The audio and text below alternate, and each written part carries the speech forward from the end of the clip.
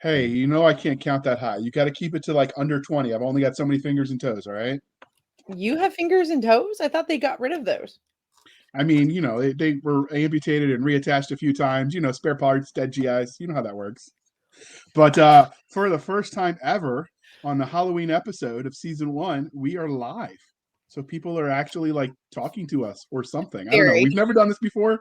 So, for all I know, nobody watches. But either way, it gets uploaded. So we're going to roll with it. I think you also told everybody that it would start at 5. I don't know how to do this. It just said we could do it. We could go early, but not late. So I gave us some wiggle room. And time zones are hard, okay? Yes, time zones are they hard. involve maths. Yep. And then we had to do our little experiment to figure out like what time is, because I thought UK was +5, but now it's +4 because their daylight savings is in our daylight savings. It's just weird. Sorry about that. It's okay. So what I need you to do, admittedly, Bevan, you would think that everybody would do it at the same time, but no. Bevan, what we need you to do is petition the Queen to get on our schedule because that's just how we do things. Oh yeah, I'm sure she's keen for that. Send her a strongly worded letter. It'll go perfectly okay. What could possibly go wrong, Doc? She could maybe read it to Boris, Ooh, yeah. That would help. That would help him out anyway. Yeah, well, we'll see what happens. All right.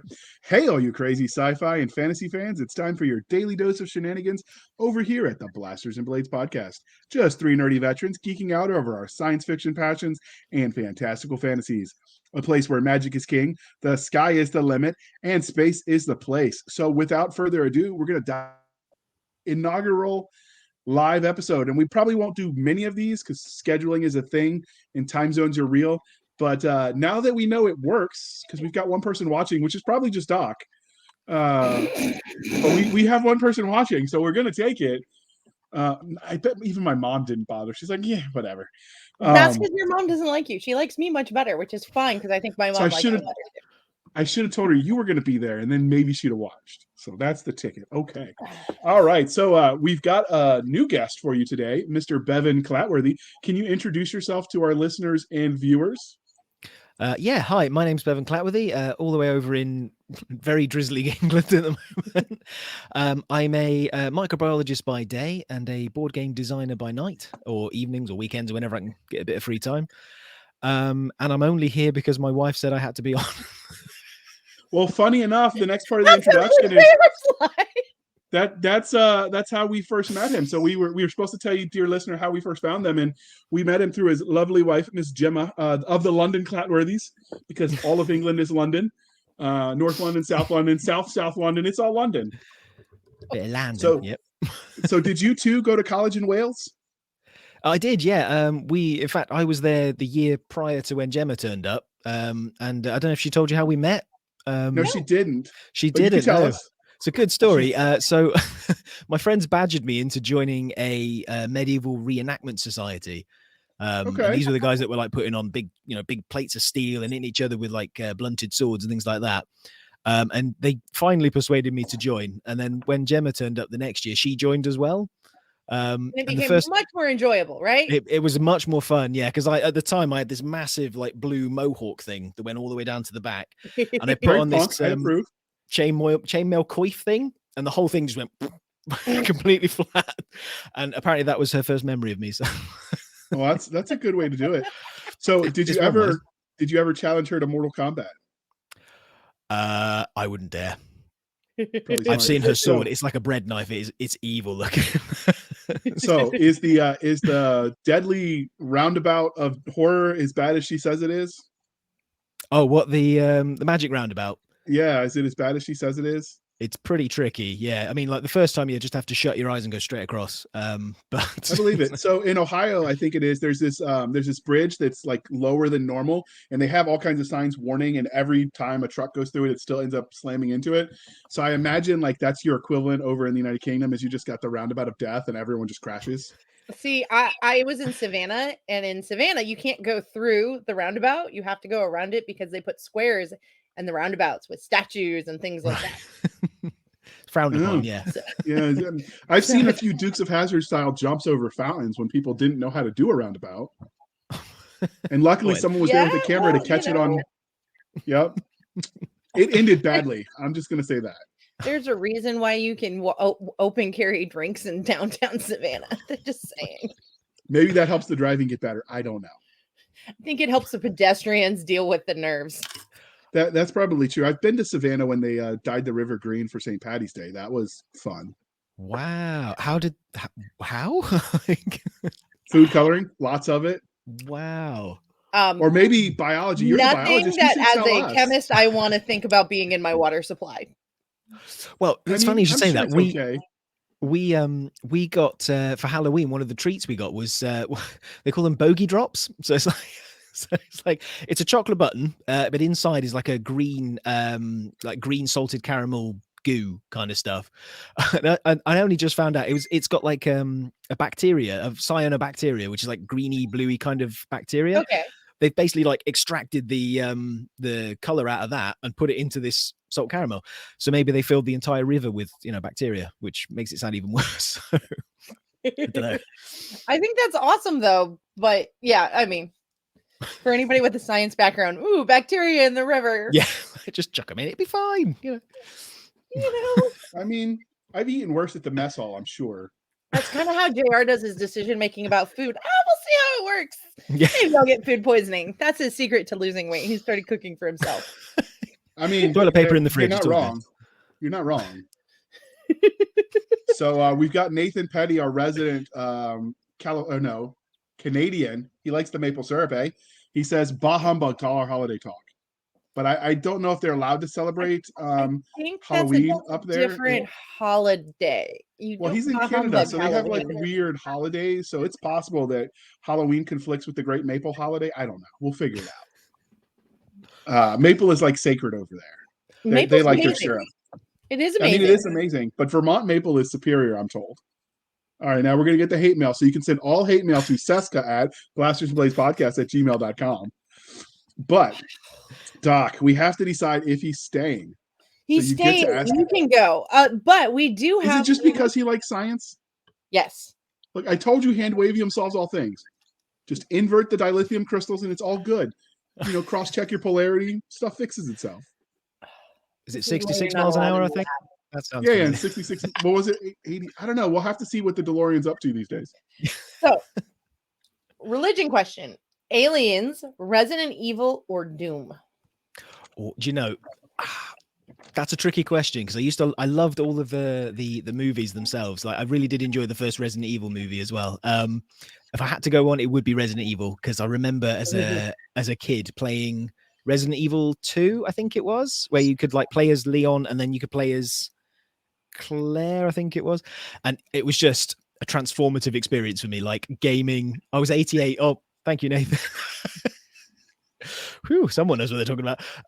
Yeah, no, I loved it. It was just fantastic. Like the controls were super janky and like all the little death scenes were like, you could see like square pixels of blood going around. So it wasn't particularly like scary looking, but I remember being terrified and it brilliant, absolutely brilliant game. So yeah, I think I'd go with Resident Evil on that one. So speaking of terrifying games that didn't age well with pixelation, did you ever try Wolfenstein where the bodies just magically faded? No. In the early versions? Like once you killed them? Yeah, they faded away. They just went to the afterlife. Or wherever dead Nazis went. I don't know. Oh, amazing. That's probably to save like processor power or something, wasn't it? Probably. Although it was convenient if it was there. He revokes my geek card for not knowing. If you let the body stay, then you could tell where you've been in the map because you tell them, there's bodies. I've been here. Just set them up with like little fingers pointing, go that way, go that way. Just, right. Well, see, I got lost so many times. I like the early Diablo where they did that, but then they left the loot that was on the bodies. So if you hadn't looted the bodies, it was there. Oh, what, a little bag? That's one trick. But isn't half the fun looting? Well, sometimes you're just busy killing things. I was an angry teenager. Leave me alone. You were a murder hobo, weren't you? Yeah, maybe a lot. Maybe a lot. This is why we like you, Doc. All right, after the next one. But now for our fantasy selection: Hocus Pocus, Dracula, or Sleepy Hollow. Oh, this one was quite easy actually. Hocus Pocus for sure. Again, it goes back to sort of childhood. It was the perfect kind of like family film. It kind of like it had the little in jokes for adults that you can go, oh yeah, a bit rude, and then you had like the kid stuff with the cat and everything, which was super cute. Plus, it had a zombie in it, so I make immediately my child partial. watch it. I Yeah. make him watch it every Halloween. It's a Halloween tradition. He doesn't have an option. He's like, no, it's scary. And I'm like, no, it's not. Watch it. Oh, it's just so good. Like The Witches as well. What's her name? Not Barbara Streisand. Who's the lead? Bette Midler. Bette Midler. Fantastic. Sarah Jessica Parker. Yeah. And the one that rides a I love it. vacuum cleaner, I think it was. They were just brilliant. Yeah. Superb film. I love it.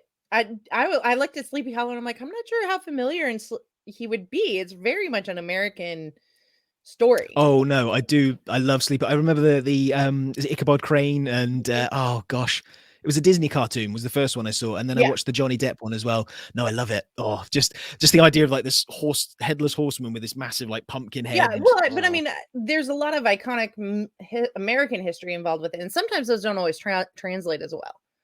Oh no, I'm sure there's a lot I'm probably missing, but I love the aesthetic of it. I think that's quite cool. I think that is a good family friendly movie if you've got young kids and you don't like them.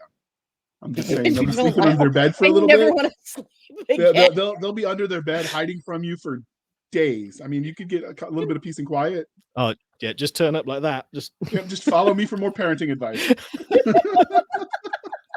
Oh, amazing. Okay. I'm just writing that one down. Hold on, let me just. There we are. Traumatized children. Peace and quiet. There we go. When the Bobbies pop over and ask what the heck you were doing, you'd be like, "Oh, that JR guy in America. He said it was okay. JR said it was fine. He knows the Queen." Oh my goodness, you're so. I don't think Nathan is amused. Okay, so that was JR's attempt at focusing on Halloween, but he definitely messed it up. But do you have a favorite horror movie? Can I cheat and do 3? Yes. Is that okay? Cool. Because Sorry. JR messed up his sci-fi. No, because the motto is always and has always been: if you ain't cheating, you ain't trying. My platoon sergeant told me that one. Cool. Don't tell Gemma that. Oh, not at all. Well, as long as you don't get caught, because if you get caught, you're not doing it right. JR, just stop while you're not ahead. She might be listening. But Gemma already doesn't like me because I made jokes about her scones. Yeah, we've had a little bit of an Instagram thing going back and forth in the comments, and then I suggested she drink her tea sweet and iced, and I think she's disowned me. She said something about the secret hit squads, and I don't know. Oh yeah, the double O's. Yeah. Why is there a helicopter outside my window? Oh, it's probably fine. All right, what are your 3 favorite horror movies? Okay, so I went for one from my childhood, which was Event Horizon. I say childhood; I was a bit older than like 4 or something. But yeah, Event Horizon. I always hark back to that scene where they watch the video of where the ship had actually gone, the Nostromos or something. I think I can't remember what it's called now. Where it goes off and does its thing, and then it comes back and it's empty, and then they watch the video of what happened to the crew. And I always remember that with like he's holding out the eyeballs like that, going, just amazing, such a visceral scene. And then like the rest, terrifying, really, really cool. And then later on, I went through like a kick where I was sort of watching all the classic horror movies like Bram Stoker's Dracula and all that kind of thing. And then I got to The Shining with Jack Nicholson because I'd never seen it. Absolutely loved it. The atmosphere was so good. Like the lady in the bathtub when she gets up and it's like, oh, what's going on? Yeah, loved it. That was such a, I don't know. The acting was just so on point in it that I was actually, a little bit kind of like terrified myself. And then I think the last one for me was Paranormal Activity, the first one, because it's the only horror film I've ever watched with a group of people, and I was genuinely, a bit scared, like actually on the edge of my seat kind of thing. Just the scene where her leg gets grabbed and she gets pulled out of the bed, and it's like, no, I've got to keep watching just to find out what happens. But yeah, those 3 films, they're like the trifecta of amazing. I will admit, after watching Paranormal Activity, I really made sure my feet were in bed that night. So did you watch the remake that they did of The Shining, where they go back to the hotel after I think it takes like the kid's point of view and he goes back years later? No, I read the book when the kid grew up. There's a movie about it. There's a movie that oh gosh, what's the book called? It's not Strange or something, or I don't remember. I just remember seeing the commercial for it. Yeah, I think it's called Dr. Sleep or something Sleep. Really, the book's really good. I've not seen the film though. Would you recommend it? The commercial looked intense. I don't normally watch horror, but the commercial definitely looked intense. Oh, So. cool. I might have to check that out then. Yeah, no, it just, I'm a big Stephen King fan anyway, so the fact that they did a good film in The Shining, and then like, because some of the others they did as well was It was a recent one that was pretty good. I quite enjoyed that. Yeah, there was my brother was at the University of Charleston when there was a guy who went a little bit nutty and was dressing up in It costumes and like showing up places. That's actually kind of funny. And yeah, it scared a lot of people though. Which It was it though? Was it the new one or the I think it was the new one. The new one. Oh, hello, Georgie. Yeah, that one. Yeah, I know. My brother can tell you more about it. Like, but particularly when it's foggy and stuff, it was particularly creepy. I enjoy it when people play tricks on communities like that. We had a guy that took his Great Dane and somehow did the hair so people thought it was a lion, and then he let it walk around the neighborhoods, and people were like calling, thinking a zoo animal had gotten out. Oh, amazing! It's just so, I enjoy that kind of sense of humor. I'm not allowed to do that anymore because people take me seriously. Fair, and it's all fun and games until the cops start shooting things, and Yeah. I remember watching one of those prank videos where someone was he was chasing down people as a zombie. He dressed up as a zombie, and he had someone else filming it. And some of the people were like, "It's just a guy in a costume." And he as he got to them, they kind of had to stop and that kind of thing. But a few of them genuinely were terrified and started running. And I just remember in one of the videos, one of the people pulled a gun, and they got they got hold of it. He ran anyway. He pulled the gun and they started running.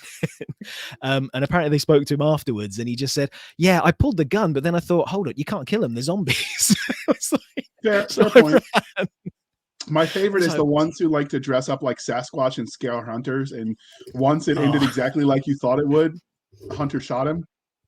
And it turns out it's just a dude in a monkey suit. And I'm like, wow, that could have gone a little better. And that's happened a couple times out in Washington State, where the other time he scared a girl and she ran over him with his truck a few times, or with her truck, I should say. I'm like, someone didn't plan that out properly. Yeah. We're going dark because it's Halloween. We do that. Sometimes you need safe words, apparently, more than others. Apparently that was one of those situations, but let's get us back on track, Doc. Ask the next question. So what is Halloween like in the UK? Because I mean, we've talked about trick-or-treating online because we were trying to schedule this, and I'm like, no, I have to go and I have to take my kid around and load him up on sugar. So and steal the good stuff. That's like essential parenting for Halloween. You steal the good stuff. We're giving out full-size candy bars this year, so yes. Ooh. Lucky. That's the rich people neighborhood. We don't have a lot of kids in my neighborhood, and I didn't want to have it. I have candy for months normally if I buy like the big party size thing, the tiny one. Like it's a bad thing. Well, for us it was because we've just found 3 bags of Haribo that are like 2 years out of date. So we just went, oops. See, I don't want to be that. Yeah, you could just give it out anyway. Be like, they'll never notice. When I went back to college, it was easy, and I just took it and I fed it to all the co-eds and students. But now I'm an adult and I don't have college co-eds near me. Yeah, I haven't got the metabolism anymore. Like I just sit there going for about 20 minutes, then fall asleep. This is not that kind of show, Nathan. Moving on. So amazing. So what was the question? Well, our question was, is it a big holiday over there for you guys? It's getting bigger. We're definitely seeing sort of more and more bits and pieces in the shops now, but it's still very much seen by a lot of folks as either like a form of begging or quite a childish kind of holiday. There is more and more sort of adults trying to take it on as well, like doing like Halloween parties or like, late night horror watching, that kind of thing. But no, it's not massive. You see quite a few pumpkins, that kind of thing. I was trying to think. The scariest house we saw, we were trying to drive somewhere else. We got lost and we just happened to see it, but it had like inflatable stuff outside, and someone had wrapped a load of mannequins up with like tape to make it look like they were hanging a dead body upside down, that kind of thing. Goodness. Like 3 or 4 of those. So they really went for it, and that's the kind of stuff I love seeing. But it's not. No, it's very much considered a kids thing, or like a not for adults to be participating in. us and our very grown-upness, we like embrace it. And Yeah, we do too. completely, because it's so much fun. Yep. So Well, in the other fact, part of that was the treats or tricks that people would play, because trick or treat, where like leaving stuff to scare people, ringing the door and running. It used to be back in olden times you would TP people's houses, but now the toilet paper's worth its weight in gold. Yeah. So you're not doing that anymore. Such decadence. no. No, I don't know what the Instead. new thing would be. Sellotape? I don't know. I don't know. No, so yeah, to answer your question, it's not that big a holiday for us as a family. We love it. I mean, we went out this evening. My wife wore a skeleton costume. I wore my well, actually, I'm still wearing some of it. I went dressed as like a stuffy doll, so I've got like a mask and everything that sort of Cool.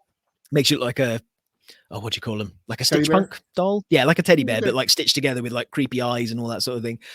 Mhm. We took the kids, and instead of because of like COVID restrictions and everything, we didn't want to risk from a personal perspective, we didn't want to go up to families' houses, but equally we don't want to bother them and like get too close to them as well, because COVID anxiety is a big deal at the moment. So yeah, what we did was basically the kids would run up, spot the house, and go, "I've seen one," and Gemma would then give them like a chocolate out of her little basket of chocolate. So it was kind of like the trick or treating experience, but Yeah, a that's bit more awesome. socially distanced.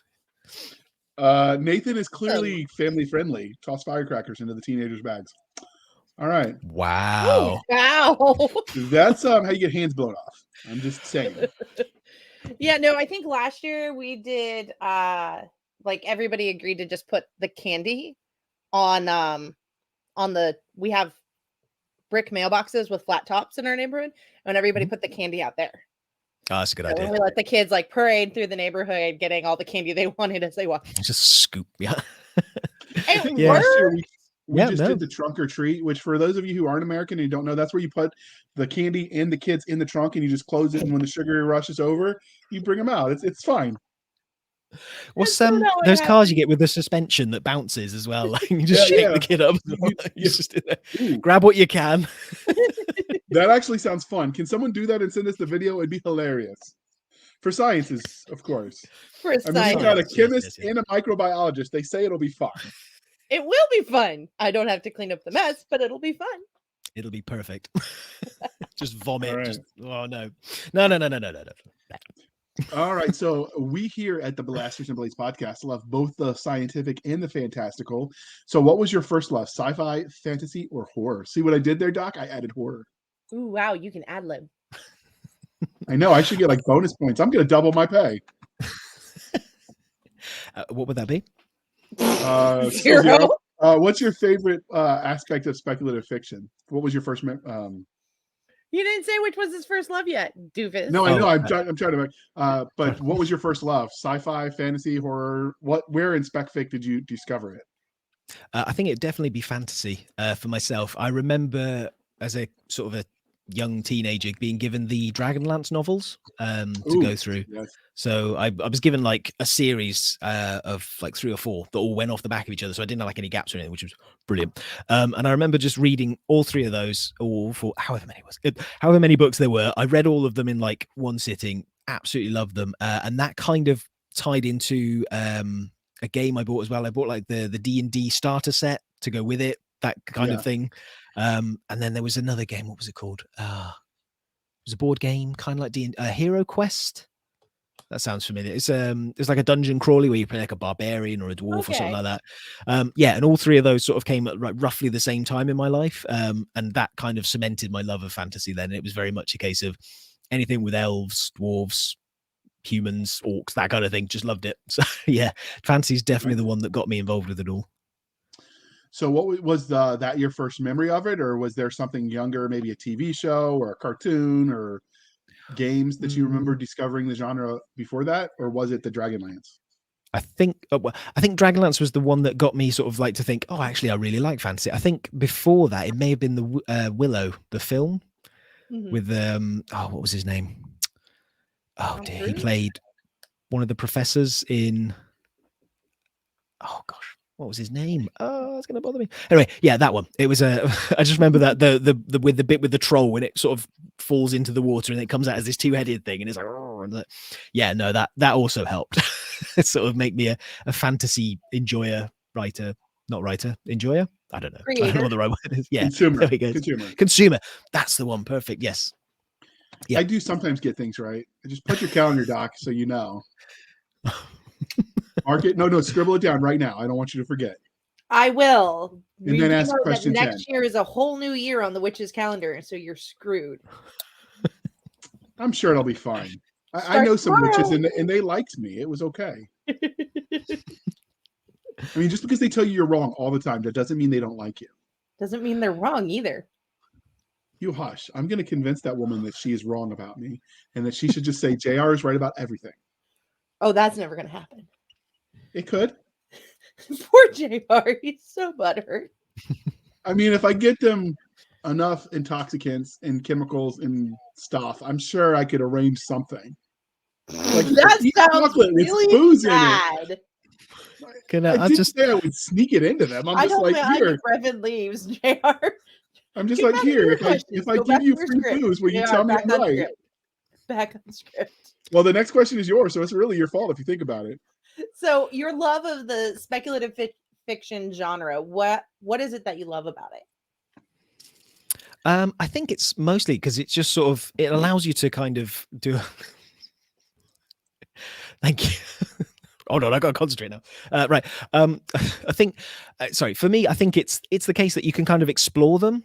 You can come up with different things. You can do like a lot of world building, that kind of thing with them. There's just more to them. I find sort of real world settings, they can be fascinating, and maybe I'm just reading the wrong things, but I don't quite engage with them the same way I would with like a fantasy thing or a sci-fi thing, just because they can do like the crazy stuff, you know, the lasers, they can do the flames coming out your hands, you know, you can have monsters and different angles on what could be quite mundane things, you know. So I think that for me, that's what kind of draws me to it, is just that ability to imagine and sort of let the imagination stretch all the way, rather than just as far as, you know, well, you can't do that because physics says you can't. So yes, why limit yourself? Yeah, exactly. Physics, those are just suggestions. Exactly right. So, sci-fi is, just go outside of those physics. What is it that kind of took you from being a consumer and devouring the genre into creating games for the genre?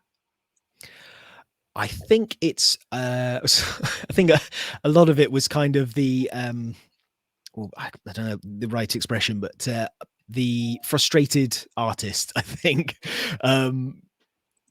Just because I'm not very good at drawing. Like I've tried, and I'm sure if I practiced, I would get relatively okay at it.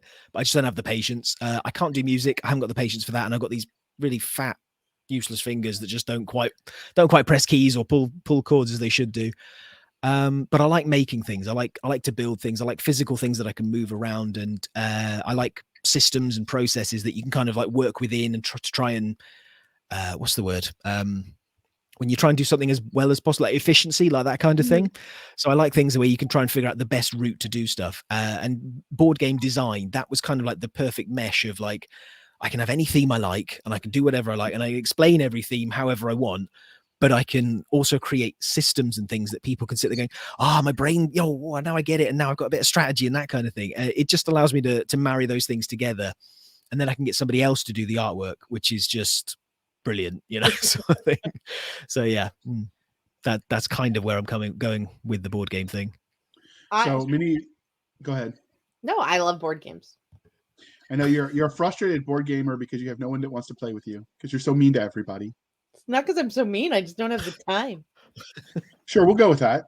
It's not because you threaten to stab everybody. So many creative I only types. Stab you. Oh, is it Cluedo?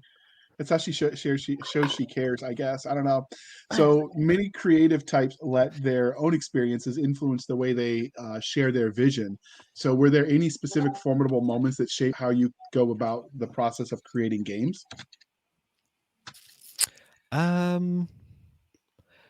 Not sure. I mean, the as I said, I think most of it was just down to the fact that it allowed me to use the skills and the imagination that I had, but the lack of artistic talent and everything else that I did have at the same time. And you don't have to come up with a plot. No, exactly. You got a very sparse kind of, this is why you're doing this. That'll do. There's some dice involved.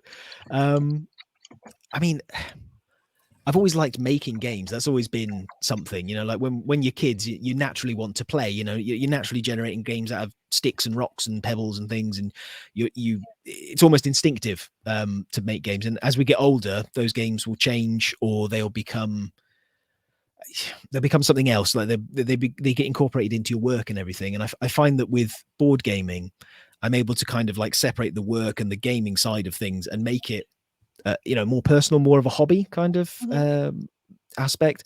Unfortunately, efficiency is just something I have to be good at work because they just give me so much work to do. But that's just part of it. You learn to become efficient, and they kind of marry and force each other along. I'm now rambling, so I probably should stop there. But yeah. He did want us to say as a disclaimer, he swears no matter what the media is saying about him, he is not inventing the zombie virus. All right, that's not him. It's the other Bevan Clatworthy. Just so you know, we had to get that out there for legal purposes. Yeah. So what got you into the business of deciding, you know what, playing games is fun, let's be totally wild and crazy here and make my own game that I'm gonna sell? All right. This whole journey started with a friend of mine who was very into like Magic the Gathering and those kind of games, like Yu-Gi-Oh or Pokemon, those sort of card games. And me and him went, we could do this. We play these all the time. So so that's where we started. And of course, like the first thing you think is, oh, we could do this. This is easy. And then we started making one. It turned out to be really hard. So we went through a few little journeys figuring that out. And it was really good fun. Like we really enjoyed it. But as things go, you kind of just develop and do other things. And then eventually I started attending a board game convention in the UK called the UK Games Expo. And one of the sponsors there was doing a games redesign competition where they essentially gave you a box, and I assume it was a box from a game that they just couldn't sell, so they were just giving it away, where they took the rules out of it and you had to take the components inside the box and reimagine how you would use this game. And you could do anything you like. You could retheme it, you could draw all over the pieces, you could come up with your own design and everything on the back of it. And then they did a competition to see who did the best ones. I was really fortunate. I managed to get into the finals on that based on I turned a caveman wilderness trying to survive kind of game to a game about hacking a computer. So hacking like a mega corporation kind of thing. So I managed to get to the final with that. A couple of friends of mine also entered, and they managed to get in with their design as well. And what that led to then was eventually we all kind of looked at each other and went, that was really good fun. None of us won, unfortunately, but that was just the way it goes. And we enjoyed the process so much. We thought, hang on, these were quite fun. Maybe we could consider, speaking to publishers or something, or maybe, doing it ourselves. And at the time I had Ghostal as like with another publisher, sort of seeing if they wanted to keep it, produce it.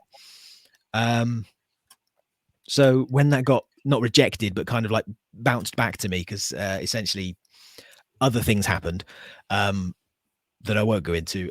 It got bounced back to me, and we all kind of went, well, this game's already kind of good to go. Should we just try and produce this one? And we all decided there and then that, Ghostal was the one we wanted to produce, because it had like cool little figurines and everything. We basically was like ready to go essentially. And that's where we started, and that's where we are now. So normally we don't focus on like the how to write type questions, because there's plenty of podcasts, and I mean plenty of podcasts that are by writers for writers. So, and I don't feel like I'm qualified to do that, right? But we're going to make an exception today because board games are sort of uncharted territory for us. So if someone wanted to get into game design for like board games, where would you start? I'd like to thank you for assuming that I've also got the ability to talk about this sort of thing. So, I mean, you look totally smart enough to do this. Oh, sorry, that's the glasses. I don't mean to fool you or anything. Yeah, the so for UK based people, I thoroughly, well, in fact anybody I would suggest immediately is sort of maybe try and attend a convention, sort of the bigger ones like Gen Con or PAX or Geekway to the West, I think is one of the other big ones in the US. For the UK, it's UK Games Expo, or Germany, it's something like Essen Spiel. I would recommend attending those and attend. Sorry.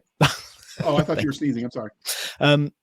Yeah, I'd recommend attending those. They've always got like a contingent where you can play test other people's games, and there's generally some fantastic folks in there that are running the groups, or at least sort of sitting down and play testing games with their own designs.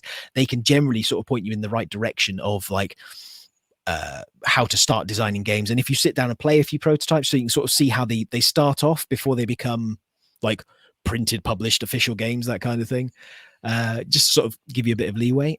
Once you've done that, I would then recommend going to places like the Board Game Design Lab. That's a fantastic website for lots and lots of creators who are around the world, essentially, who can give you advice from everything from just initial concept all the way up to things like Kickstarter publishing, that kind of thing.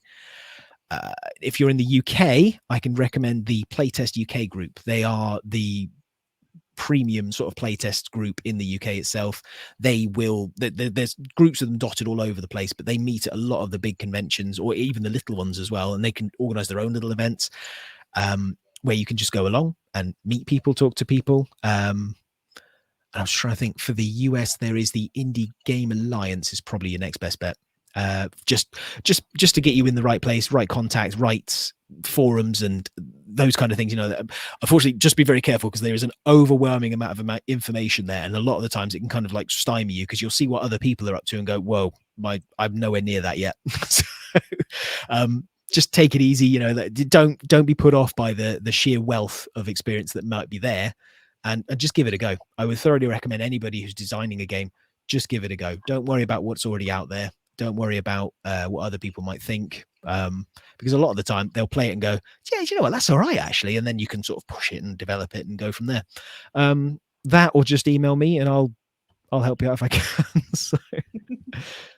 Okay, so I would assume then the starting point, much like if you wanted to be a writer, you would have to enjoy playing games and play lots of them. Because there are certain skills with writing, for instance, I think in plot, you pick up instinctually just by reading a lot. I imagine that some of those mechanics start to make sense if you play a lot of board games. Would that be Very accurate, true. you think?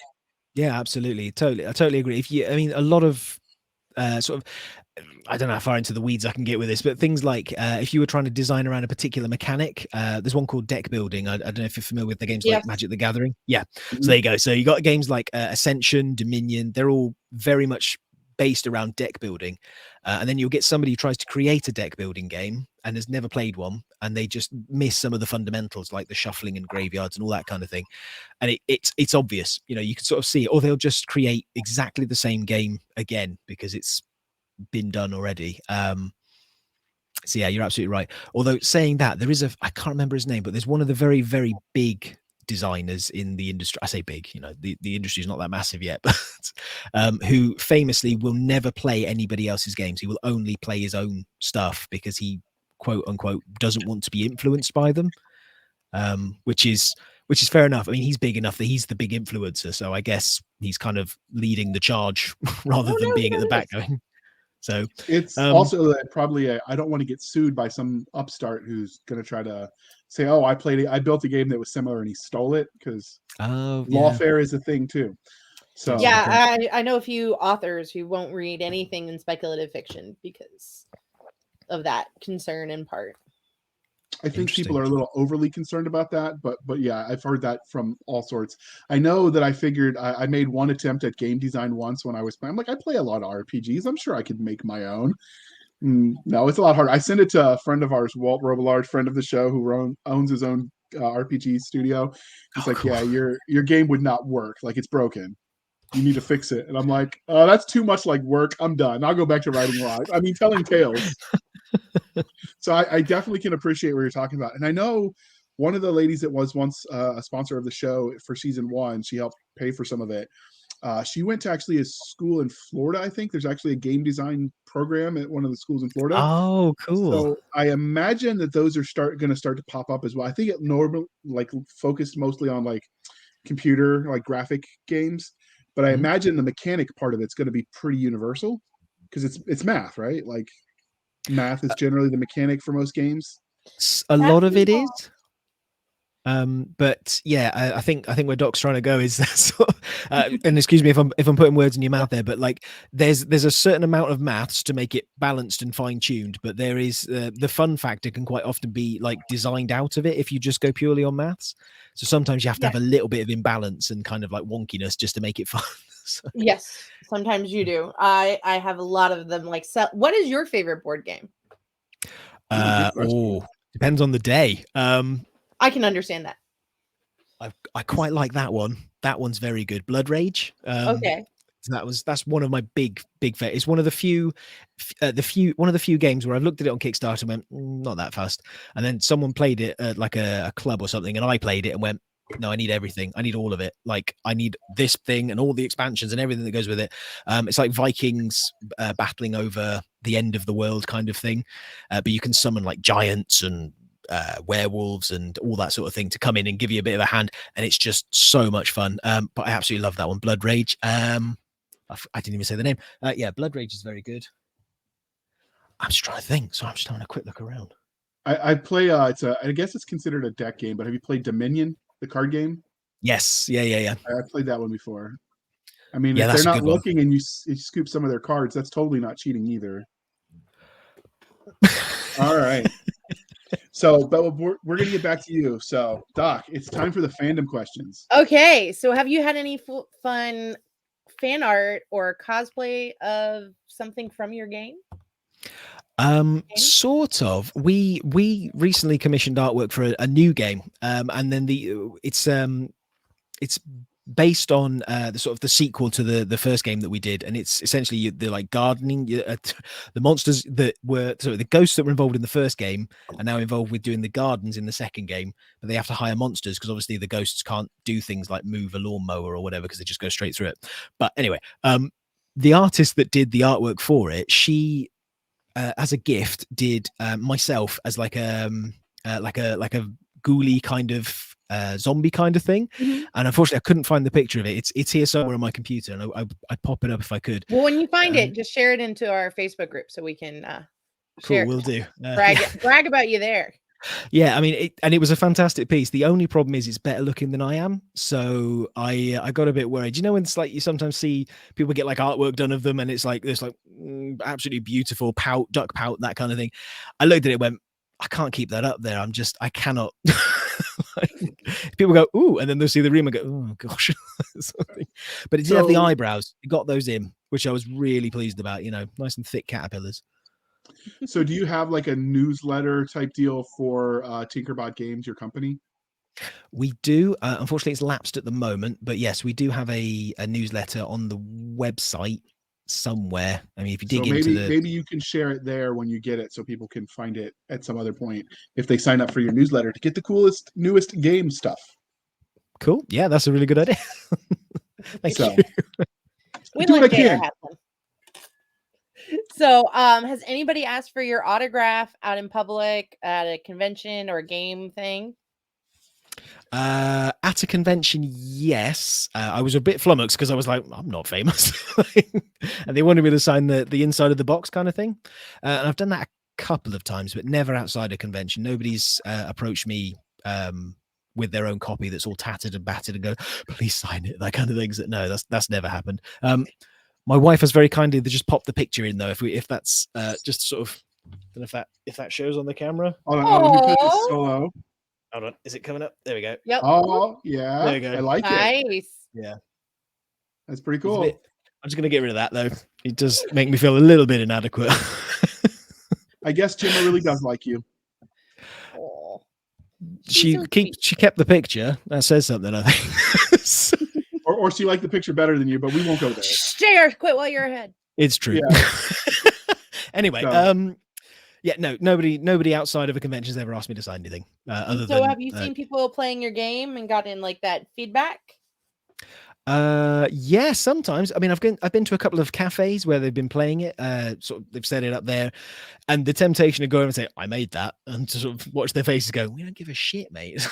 Sort of thing. So we're like, okay, probably shouldn't do that. But yeah, it's quite fun to see. Conventions, especially, you'll go over to like they usually have like an area for people who've just bought games to just sit down and try out what they've bought. Yeah. And a couple of times I've gone over there and I've seen people just sort of swearing at each other, or saying, "No, you go there. No, you go there," that kind of thing. So, which is good. I want people to be talking and having an interactive experience rather than sort of sat there very quietly moving bits about, sort of thing. So, yeah. On a scale of 0 to Settlers of Catan, how much fighting was there in this game? Depends on how much table talk you get. I mean, I've never had a serious fighting in Settlers of Catan. Now, Munchkin's the one where people got grounded in my house. I was told Settlers of Catan was the game that broke families and destroyed marriages. Oh, see, I heard Monopoly was that game. I heard it was Munchkin. I guess your mileage may vary, but the competitiveness was fun to watch when they were like, screaming at each other. Yeah, you better not steal my sheep. Carcassonne was the one that broke mine. My ex wouldn't play that one with me, or Munchkin. No, is it Munchkin's the one where you kick down the door, isn't it? And you go like, "Yep, monster," and you get loot, and you loot the room. Yeah. Yeah. No, I could see that one being quite contentious. I do remember a couple of games of Settlers though, where someone they did all the trading and they ended up with like stuff everywhere essentially, and then they immediately played this card that basically allowed them to take it all back again. So they ended up with everybody's cards. I've seen that a couple of times, and that did get a bit teasy. I mean, I was quite glad the tables were bolted down. So, yeah. Oh my. Yeah, it's not good. So, what would be your funniest interaction with a fan since you've started making games? I think the one that sticks in my mind the most was we were demoing it at a smaller convention in Wales called Dragon Days. It was a sort of charity one, but it was on the grow just before COVID. Unfortunately, COVID may have nuked it. We don't know, but we'll have to see. But what happened, it was we'd only just sort of produced the game and we took it there to demo it. And this little girl came up and said, "Oh, I love the little ghosties," the sort of thing. And we're just, she was about 7, 8, something like that. And she dragged over I think it was her uncle who was looking after her for the day, to come and play this game with her. And we sat down and we went through it, and she's like, "Okay, yeah," and slowly figuring it out and understanding it. And they went away and she seemed quite happy, she seemed to enjoy it. And then I think it was a couple of hours later, she came back and she had her uncle and her uncle's mate and said, "We're all playing this. Can you show us how to play this game?" And I was like, "Okay, yeah, sure, we can sit down and play it again." So they all sat down, they played it again. And at this point, she was starting to understand some of like the tactics and the little nuances of like how you play the cards and how you can get away with like little alliances and then breaking them and just walking away, that sort of thing. And that was great. She, they bought a copy of the game. The uncle didn't look too happy. I don't think it's his style of game, but he was kind of like, "Yeah, I'll buy it anyway." And then, and then I think just before the show was about to sort of close, like maybe half an hour to an hour before, she came back again and she had her uncle, his friend, and I think there was like a fourth person. She said, "Right, we're all sitting down and playing this game." Yeah. And she just taught it to them. And we just stood back and went, "Fair enough." And we gave her like a free ghost or something. We had some little glow in the dark ghosts or something that were like special edition kind of things that we gave. We said, "Look, just take that. It's been a fantastic experience watching you teaching somebody else the game that we've made." It was lovely. And the uncle eyes, I don't think his eyes could have stopped spinning. He was, he'd had enough. I think he'd had enough after the first play, but yeah, she loved it. So yeah, I always remember that experience. Oh, that was lovely, heartwarming and funny. So. That's good. I have been there with a kid or two, but it's always great that that they really did understand it then, if they can teach somebody else. Exactly. It was flawless. She was it was really, really good teach as well. Like obviously she left as a kid, you get a bit excited, and they left a couple of bits out and then suddenly they sprung it on them just as like, "No, you can't do that." "Well, why can't I do that?" "It's because of this." "Oh, what? You didn't tell me that." So yeah. So was that the funniest sort of interaction you've had since you started designing these games with fans? I think so. I mean, I've missed out on a couple. I was really gutted. There was one incident where there's a reviewer called Tom Vassell. He works for a company called the Dice Tower, and they're like the biggest review site for board games. They're absolutely enormous, at least for English speakers. And he'd come to our store because for some reason he remembered us. He remembered the game. He remembered playing it however many years ago and reviewing it and really enjoying it.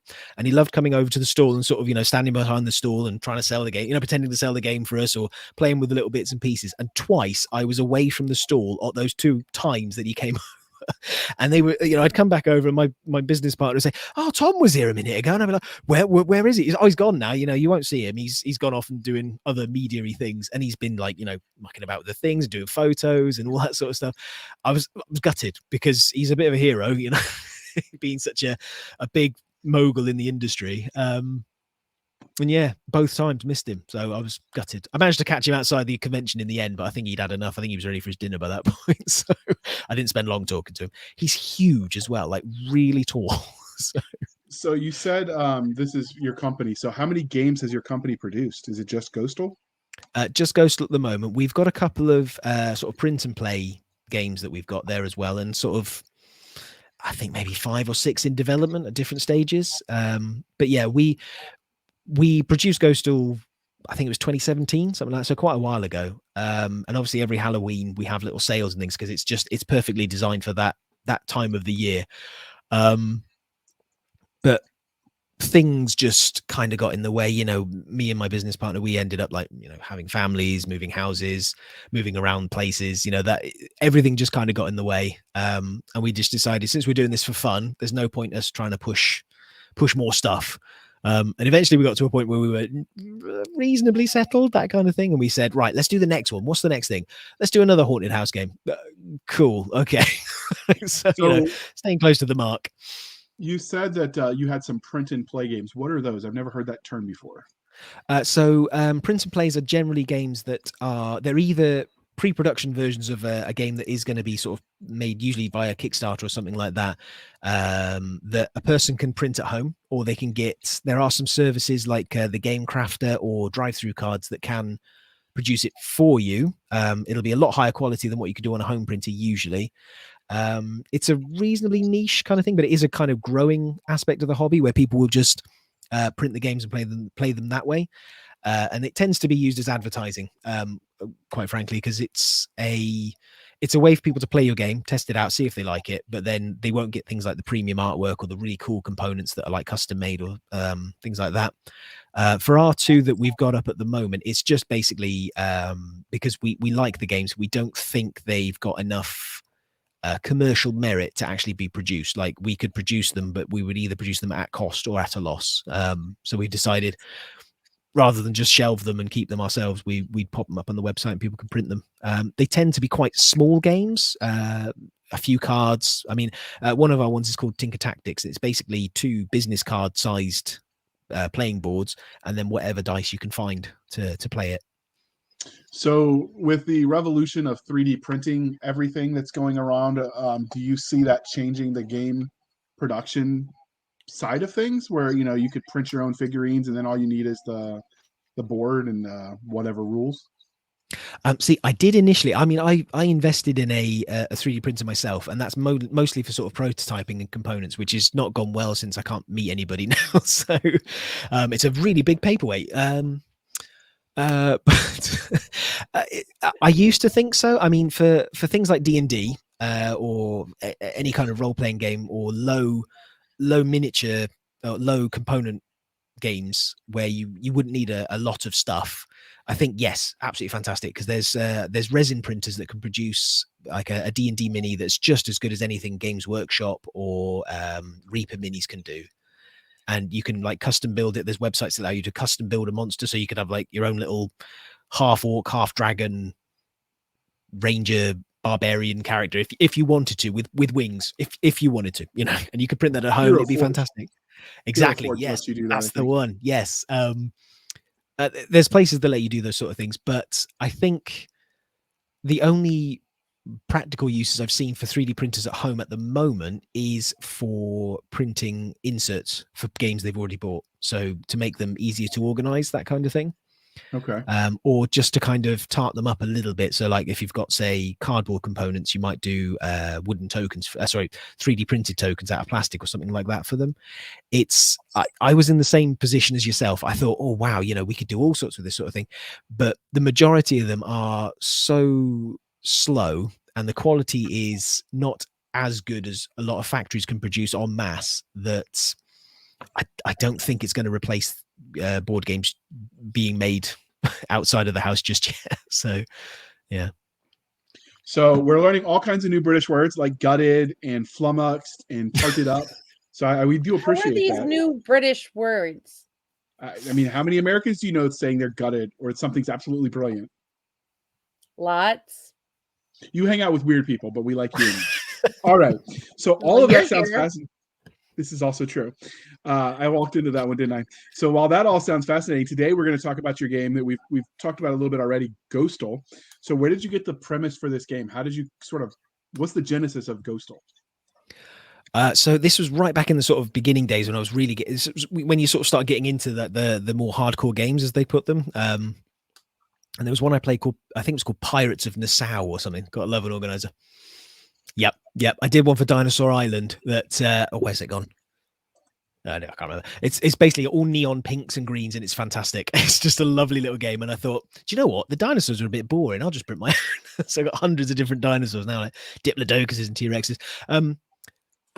Anyway, Ghostal, yes. So Pirates of Nassau. It was a board game about dice and like you chose which dice you used and the dice told you how far you moved and all that sort of thing.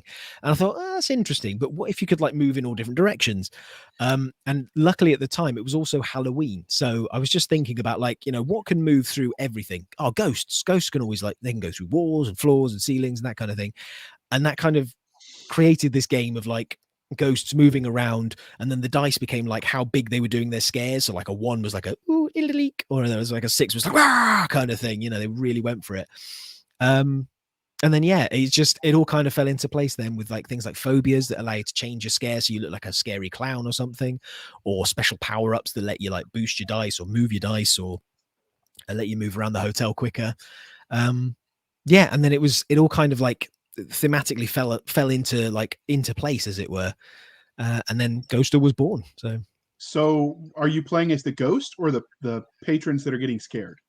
You're playing as the ghost. So each of the cards is I'll probably show a little picture. So on the back there, you can see. I don't know if you can quite see there. So you got a second. I'll put you solo layout. Yeah, so that's the guests. So those are the guest cards in the. Oh, there we go. Those are the guest cards. So essentially, the board is like a 3x3, and each of those spaces in the grid is where a guest would stay. It's like a room in this hotel, and you are tasked with scaring them back out again, because obviously you want to keep the hotel to yourself. You want it to be a ghost hotel. The idea is then you are scaring the guests back out of the hotel to score spooky points, like boo points, to try and be the scariest ghost, essentially. Nice. Sort of like a Monsters Inc. kind of thing going on. Yeah, exactly. Yeah. I like it. I think it's cute. So why a haunted house game? Was it just because you happened to start thinking about it on Halloween, or is there something more to it, or? I think it was a combo of that. It was a Halloween. It was actually a drive. We were just driving back from somewhere.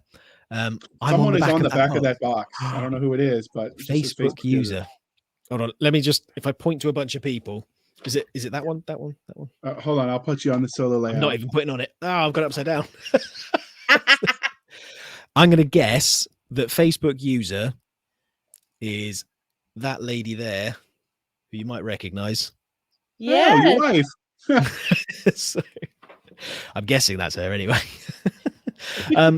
So if it's not, that's kind of awkward, but whatever. Awkward. It'd be a really small world if they are listening. That'd be fantastic. But if it was somebody else, so we little aside, we were really lucky. The artist we got involved with the game it's Gemma. There it is. Yeah. Hi, love. You're right. So we have to start saying nice things about her now that we know she's listening. All the time. All right. So you were saying why you did the haunted house theme?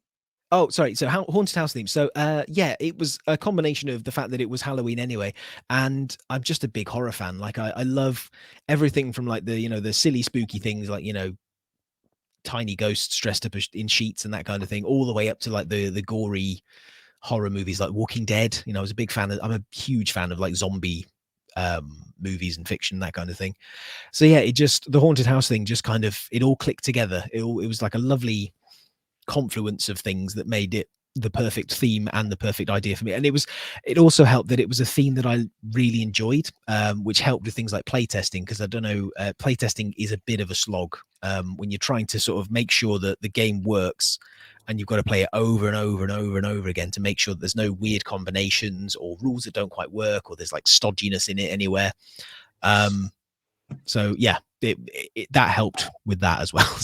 So how long from start to finish did it take you to develop this game? Like I have no idea on like back end stuff, how long it takes to do this. So I think overall for us, it was somewhere between, I think it must have been about 18 months to 2 years. If we go from like initial idea all the way up to actually having copies of the game in our hands to sell. Okay. Yeah. Is that normal? Is that industry standard, do you think? For an indie developer just doing it for fun, I think so. Yeah, I would say so. Industry itself, probably closer to a year, I would say, for development. It depends. I mean, there's most of the people that I speak to and am involved with, they tend to either have they'll either bring on other people to do the design and development work, and then they will take the game like through the final stages of marketing and producing them. Or there'd be like a studio that is like Prospero Hall. They produce a lot of like the Funko Pop games or Horrified or the Scooby-Doo games. I think they did that one as well. A lot of them in Target. Is that that's an American shop, isn't it? Target or yeah. So they produce a lot of the board games you might see in there. But for indie, as I said, like indies like myself, it can take ages. It can take an absolute age to get these things produced, simply because you want to do it right, but you've also got to take it to places. You need to show it off, you need to market it, and just to produce the 1,000 copies that we made, it was a really tough like slog to get the funding and everything. So, So are you still selling the game? We are still selling the game. We are on our second print run now, which is nearly all gone. We've just had a massive boost over Halloween where we got rid of a lot of, sold a lot of copies. Not got rid. It's not like the trash or anything. But yeah, we sold a lot of copies. We've still got a few left. I think the sale is still on now.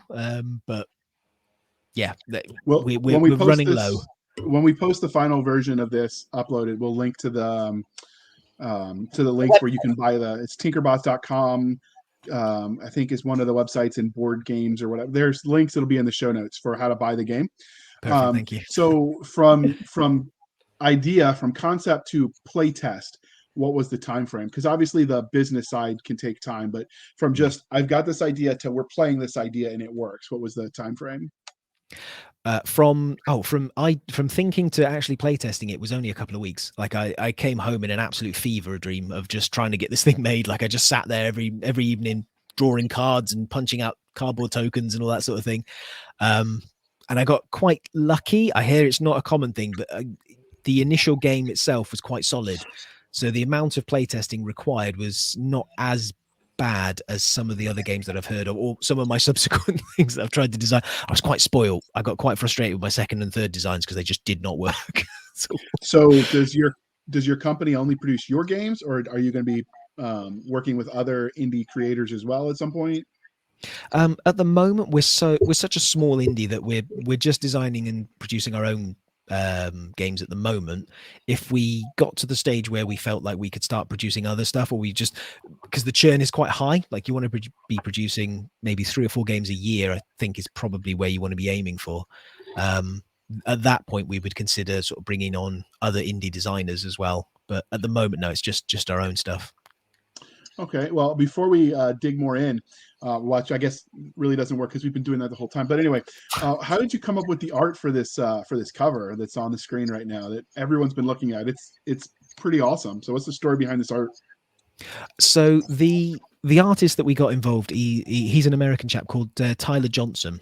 We were super lucky. It turned out that he was a trained caricaturist, so he was able to sort of draw the figures you can see at the bottom there are made up, but the characters in the game are actually friends, family, and fans of the game itself, and we've got them caricatured to look like obviously like themselves. So they sent in photos and things, and there was cats and all sorts of stuff, and he drew them. For the front cover, it was amazing. We just kind of told him we'd like to have the 4 ghosts in it. We'd like to have the chief ghost that nobody actually plays, but kind of runs the ghost tale, as it were. And he just took it. He just took it away, drew that, and came back with just amazing piece of artwork. He even managed to do little things where there's 5 phobias in the game. Gemma says the cover is very sexy. Thank you. Yeah, so in the game itself, there's 5 phobias that you can use: spiders, clowns, darkness. Oh, this is embarrassing. Snakes are in there too, and there's a 5th one that I can never remember. Oh, dolls, the creepy dolls, like Chucky. Yeah, very creepy. So that's my personal phobia is the doll one. But anyway, you'll find them as like little he crammed them in as little Easter eggs around the front cover as well, and it just created this lovely kind of aesthetic, this lovely look around it that made you kind of go, oh yeah, oh, there's little bits there, little Easter eggs and things. Oh yeah, okay, I can see that. And yeah, it was lovely, absolutely lovely. I couldn't say any more praise about what he managed to achieve with the very little experience that I had in creating things like art briefs and stuff, because I had no idea. I said, yeah, make it look scary, not too scary. And he went so with I put it's covering up a little bit of the bottom of the game, but I think it's worth it because on the bottom of the screen, for those of you who are watching and not listening, we have a link to the Ghostal board game, which is tinkerbotgames.com, and from their website you can buy it. It's just /product/Ghostal. But if it's something you want to catch while it's on sale, hit it today. When's the sale end? It was technically today, but if I speak to my partner, we'll try and leave it on for another week. There you go, because this will definitely be going out tonight. So some people might get it, trickle in throughout the week. But you'll be able to go to the website. We'll link it in the show notes. You can see it on your screen if you're watching. It's definitely sounds like a lot of fun. But all right, Doc, next question's on you if you're awake. If we haven't, I am awake. I'm allowed to be awake. Wait, that sounded wrong. So we talked about what makes the game special. No, he's supposed to give us his 30-second elevator pitch. Oh, I'm sorry. You didn't highlight. You did highlight that. I'm sorry. So what would be your 30-second elevator pitch for the game? So I'm going to cheat because I technically wrote it on the back of the box. So I'm just going to read that out. If that's okay. Is that okay? Yeah. Cool. Okay, so Creepstone Manor has been closed for nearly 100 years, standing dark and silent above the town of Creepstone. And that's just the way Resident Ghost Spooky likes it. But now the manor has been reopened and turned into a hotel for the living. Ghostal is a semi-cooperative family game for 2 to 4 players that plays in 60 minutes. Prey on the phobias of guests by turning into their worst nightmares. Work with other ghosts to combine forces and scare away the hardiest of hotel patrons to earn upgrades and get even scarier. I love that as a cooperative game because we've it's hard to find a good cooperative game. It's technically a semi-co-op. There is still a winner. Fine. That's fine. I'll take a semi-co-op. I like semi-co-ops because I think it's good. It teaches kids that they have to get along, but everybody still has their own goal. Yeah. So you can get along and still get your thing, and they can get their thing or not. But I think that sounds awesome. So what is the ideal age for this game? Well, the box says 14 plus because of health and safety, but we've had kids as young as 8 years old playing it no problem. If the parents are able to sort of work with the sort of open, usually you have like you can have a hand of little power-up cards that you can use to kind of like change things up a little bit, but you can open hand it so everybody can see what's going on, or you can remove certain ones that are a bit more so you can scale it a little bit. Exactly. Yep, you can absolutely can. Oh, there they are. So I'm gonna go through while Doc, you said you had some questions for him. I'm gonna go through and well, his description was really well laid out. So is it turn-based? It is turn-based. So essentially during the game you'll have 3 dice during your turn. You'll roll your 3 dice. That's how you get 3 scares essentially with each of those dice. The higher the number, the bigger the scare. And what you're trying to do is each of the characters in the game will have like a number in their bottom corner that tells you how easy they are to scare. So the higher the number, the harder they are to scare. While we say that, let me zoom in real quick, and you can see. Can you tell us what those little symbols are? The 3 numbers on every card and then the number on the side. Yeah. So if you manage to scare the character out, the person who's placed the most scare, so the most pips on their dice, will get that top score, the gold number. So if you, for example, with Tyler, if you scared him out, you get 8 points. If somebody else contributed to the scare but didn't have as many pips in it, so like let's say blue had 5 and red had 3, red would get 4 points instead from scaring out Tyler. And then if a 3rd or 4th player got involved, they would get the 2 points. So it creates this lovely little system where even if you've got very low dice, you can kind of like pop in and get a few extra points here and there and sort of stay relevant in the game, stay running. So is there a cap on the number of turns for the game? Yes, it's it's been a while. Hold on. I think it's 4 turns. What's the end condition? 4 turns? Yes. Okay. So those are really my games because you did my questions because you answered really well everything with everywhere else. So we've got this card that's got some of this funny stuff. At the end of the turn, increase boo dice instead of decreasing them. Like what are these cards we're looking at that are on the screen right now? Right. So to make the game a bit more interesting, each of the guests will either have a phobia, which is something they're terrified of, or it's going to be something like a special power. And what it does is when you create that sort of 3x3 grid, the guests are randomized. So you'll end up with like a different puzzle almost every round. Yeah, so each of those that you're showing on the screen there would be a different special power for different characters, and that'll affect how the ghosts can move around the hotel, how their dice can be placed, whether they can need to place 2 dice or whether their dice get boosted. The other thing, I've just realized my mistake as well. It's not 4 rounds, it's when the guest deck runs out. So you'll find Gemma just told us that. I was just oh, there we go. Different screen. Thanks, Gemma. Thank you. Yeah, so it's when the guests run out, which is about 45 minutes, I think, once you know the rules. So it's not a long game either. It's more family wake style game. But yeah, essentially the power-ups and the phobias just create, as I said, this lovely little puzzle, this constantly changing puzzle to the game, so that each game is different. All right. Well, since she had to bounce out for a second, how long does it take to learn the game from like we open it up to we can figure out and get the game going? How long does that process? I would say for a first game, it would be about 15 minutes, maybe 20 if you're like myself and like to read the rules cover to cover. But we have got some lovely videos on the website that will teach you how to play the game, including one that's been done with like stick for animation. So like little stick figures sort of telling you how to play it. So there are some great resources out there to learn the game quickly. And so these are some scare tactic cards they've got because it's got the card deck mechanic. This is the hotel, I'm guessing. That's the hotel, yeah, with a score track around the outside. Okay. And then some of the phobias, I'm guessing that's the dark. Ooh, that's the dark, yeah. I like the art for that one. That's why I grabbed that one. I didn't grab all the art because I wanted you to have to go to his website, people, because it's pretty epic what's there. But the doll was, oh my goodness. Oh, yeah. I mean, that could be framed and put on someone's wall. It's kind of cool art. What do you think, Doc? Would you put that on your wall? I'd put it on my son's wall. Just above the bed. Behave, or the doll. Maybe. I've been known to do stuff like that. Okay. So how much involvement did you have in when you were doing the art? Did you just do the general idea and the artist knocked it out of the park? Or were you very specific when you designed it that, hey, it needs this card, this card?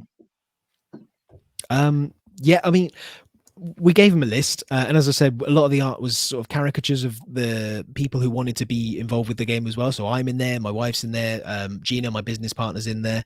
But a lot of it was just a case of, here's a folder. We've got each is guessed A, B, C, D, sort of to keep them anonymized for data protection and that kind of thing. And then he would just go away and draw them. And if it looked 99% of the time, it looked fantastic straight out of the bar. It was just really cool, really awesome looking. I don't know if you've got the what was it called? The Clown? Is the Clown available? I was just grabbing a couple for a sample. I really wanted to sort of push them to have to go to the website. Okay, cool. Well, so this is the tinkerbotgames.com. So in a matchup, when you play at home in your family, who of the Clatworthys wins at Ghostal? It's generally me. Generally, Gemma's really good because she played the very first prototypes of it. So she's a bit of a shark at it as well. It's not quite low enough for my daughter and my son to play yet. They're still a little bit young for it, but I will be introducing them to it quite soon. I tell you what, in fact, that's just reminded me of a very funny story I had with my parents. So the first time I showed my parents the actual game, right, they were supportive, but they didn't quite understand the whole board game thing. So I remember we sat down and played Ghostal. Like, we got a production copy out and we placed it down and we played it. Was it a production copy? Doesn't matter. Anyway, I remember one turn, my mum was there going, I don't play board games, don't really like, I don't get them. And then obviously she sharks us half the time. But my dad he's very meticulous. He used to play chess, used to do sort of strategy board games like Risk and that kind of thing. And I remember he sat there and he planned out his entire term. Like, he went, I do this and I do that. And he talks through it. So we're all sat there listening, going, does he know he's talking? Like, we can actually hear him saying exactly what he's going to do. And then he went, but you were doing that and you were doing that. And my mum did exactly what he thought, what he said. Basically, he described everybody's turn. My mum did exactly what he said and won. So can't win them all, I guess. But yeah, my dad was a bit livid at that point. Like, he must not have realized he was talking out loud half the time. Gemma is sad that you beat her. She beats me at everything else. So. That's fair. And she writes better books than you, so absolutely, 100%. That is true. Very true. So do you think going forward, all of your games are going to stick with the ghost Halloween-ish vibe going on, or do you think you'll branch out? I think I'll branch out. Unfortunately, my second game is a haunted house game. It's basically set in the grounds of the hotel that's in the first game, where you're trying to sort of fix up the gardens instead. So you're planting things like pumpkins and these horrible snapper weeds that look like Venus flytraps on steroids, that kind of thing. So, but yeah, it's in a similar vein, similar universe, but not the same game. But my more recent designs have been things like dragon farming. So you've got to breed dragons to repopulate the dragon populace because, people have hunted them to extinction. There's one about robots where you've got to like power them up with different elements to make them do stuff. I think one of my most recent ones that I keep coming back to is one about unicorns that make ice cream. Right. That's a bit of a weird one, but yeah, all sorts of different themes outside of haunted stuff. So Doc is telling us she's getting antsy because she has to run and take her kid around trick-or-treating. And my family is still on the Rona lockdown, so I'm not going anywhere. So Doc, if you want to say goodbye to our loving two fans, one of which is you and one is Gemma. But no, hi, Nathan. Not me, because I'm not logged on Facebook right now. All right, well then we have two fans. Wow. You never know. You got to start somewhere. So thank you for stopping with us, Doc. We're going to be wrapping this up here in a minute. Go take the kid out and do all the. Thank you so much, Bevan, for joining us, because I love board games. So hopefully we'll do more board games in this soon. And I'm definitely ordering the game. So if you get a weird order from Georgia, that would be me. So I'll make sure I'll spit in an extra card there. There's a promo card called Connie. I'll make sure that's in there as well. Oh, thank you. Have a great one. She said what I was going to, which is we definitely will have you back to talk about some of your other games, because we're sort of branching out on not just doing the sci-fi and fantasy books. Like, that's one of the things we did when we rebranded, so we can do RPGs and comics, and we want to stay away from movies unless it's really indie, because there's hundreds of channels for that too. But yeah, so your future products, you're welcome to come back, definitely. Oh, lovely. Thank you. It should be fun. I don't know how much more they think I'm an AI. I promise you, Nathan, I am real. You've talked to me in real life. But we'll definitely have you back. So reach out when you've got new stuff. You can always share in the group. We invite all of our people that have been on as guests that, to talk about what they're doing in our Facebook group where all the shenanigans happen. But Was there anything about Ghostal that we didn't ask you that you wanted to tell us before we wrap up? Because like I said, board games are new territory for us. So no, I think we hit all the points. We talked about the game. We talked about it's on special now. It's available at our website. There you go. We'll that's definitely about have to everything. do. We'll have to do a panel on creating games and speculative fiction, and we'll have you on and some people that do RPGs, and see if we can just mix it all up and have a little fireside chat about it, which is basically an unscripted conversation where mostly we're soberish and we talk nerdy Soberish. Cool. ish. Well, I'm sober and then they're not because somebody has to like drive the truck. But you know, as long as I keep it on the road mostly, you know, but it's a little different for you because you drive on the wrong side of the road. So we do, and we use is it stick shift? That's a big thing over here. So if they wanted to normally, and then I'll do my little spiel. Normally we remind people to go out and review the stuff they like because it helps. If they wanted to leave reviews of your product, where would they do that since this is new territory for us? So the best place to do it would probably be somewhere. It's called boardgamegeek.com. It's an American website that has Your basically wife has every all game the ever. jokes. Don't AIs try to sound more like people? Oh. She's mad about my T comments. I knew it. She's spinning the double O's after me. All right. But yeah, so there's a website, Board Games, where people can do reviews. Boardgamegeek.com. Okay. Yeah, which is the best place. Do you sell on Amazon as well? No, we didn't go for the Amazon affiliate. There was a lot of hoops to jump through for Amazon. So no, we don't sell on there. All right. Well, then we will link everything he's got for us for Tinkerbot Games. Before we wrap this up, I want to remind everyone to, whether it's video games, board games, comic books, whatever the media may be, please be kind and speak your mind on the reviewing platforms. Your reviews help the right consumer find the right product. So help people out. Now, with an author, when you get 100 reviews, rumor has it that you get a unicorn. But I don't know if that applies to game developers. So would you get your own ghost if you get your 100th review? Is that how that works? Oh, I'd love that. That'd be amazing. That actually sounds a lot cooler than a unicorn, if you ask me. Yeah, unfortunately, a bit more useless. Like I guess with a unicorn, you could ride it to work or something, but a ghost would just be annoying. He said we can have at least the cider can be on ice. Ooh, all right, so we're negotiating terms here. So do you go into the backstory? Because now I'm thinking about ghosts, and I know we're about to wrap this up, but do you go into the backstory of the ghosts themselves, like who they were when they were alive, or they're just random spooks? Sort of. There is an Easter egg in the game. I don't know how much I should say, but on the board itself, each of the rooms has a little bit of artwork, and in one of them, there's a picture of a gangster who looks an awful lot like Spooky, the head ghost of the house. So yeah, there's a little bit in there. So it was a speakeasy. There you go. Maybe, yeah. All right. I can dig it. So if you want to know more, you got to buy the game and play it, and you'll figure out all the things.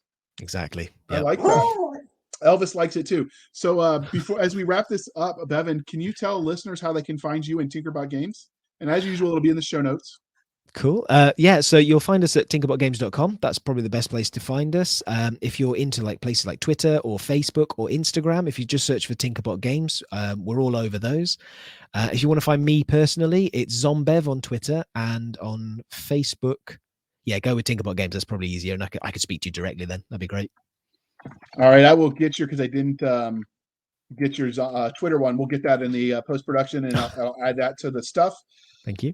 And now I get to tell you, dear listener, where you can find us. If you're watching this live, you obviously know we're on the Facebook at facebook.com/groups/Blasters and Blades podcast. Again, /groups/Blasters and Blades podcast, where all the shenanigans happen.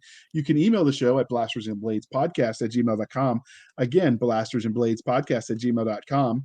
We promise we respond to every letter we get. We've gotten 3 so far, and they were all very touching, except for the one that said, get rid of Elvis and you can just go eat lemons.